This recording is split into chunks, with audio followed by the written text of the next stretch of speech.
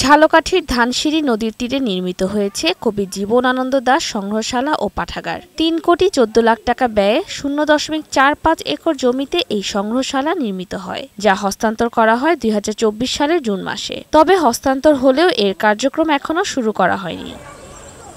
দৃষ্টিনন্দন পার্কের আদলে গড়ে ওঠা মূল সংগ্রহশালা ভবনটি সবসময় তালাবদ্ধ থাকে। তারপরেও এখানে দর্শনার্থী ও পর্যটকদের ভিড় লেগেই থাকে। নদীর কোল ঘেঁষে গড়ে ওঠা নয়নাভিরাম পরিবেশে এসে সকলেই মুগ্ধ, কিন্তু সংগ্রহশালায় কিছু দেখতে না পারায় হতাশ তারা। স্থাপনাটিকে আরও আকর্ষণীয় করতে সংগ্রহশালা ও পাঠাগারটির কার্যক্রম শুরু করার দাবি তাদের। সংগ্রহশালাটা যেখানে তার বই, তার জিনিসপত্র, তো ওইগুলো চালু করতে হবে, না হলে আমরা এসে কি দেখবো? এখানে খুব দ্রুত চালু হয়, সব লোকজন এসে যে দেখতে পায়, এটাই আমাদের দাবি। সরকার যদি উদ্যোগ নেয়, এটা মনে করি পর্যটন কেন্দ্র হিসাবে খুব ভালো হবে। প্রতিষ্ঠানটির কার্যক্রম অবিলম্বে চালু করা সহ ধানসিঁড়ি নদী পুনঃখনন করার দাবি জানিয়েছেন গবেষণা কেন্দ্রের প্রতিষ্ঠাতা। ধানসিঁড়ি নদীটি অত্যন্ত সরু হয়ে গিয়েছে। নদীর মাটি অপসারণ করে এটা ধানসিঁড়ি নদীকে আবার পূর্বের অবস্থায় ফিরিয়ে নিতে হবে।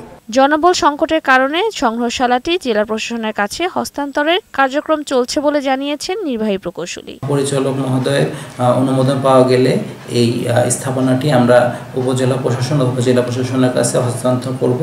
তারা তখন তাদের দক্ষ জনবল দিয়ে এই স্থাপনাটি পরিচালনা করবে। শাজরিয়া লাইজা, বৈশাখী সংবাদ।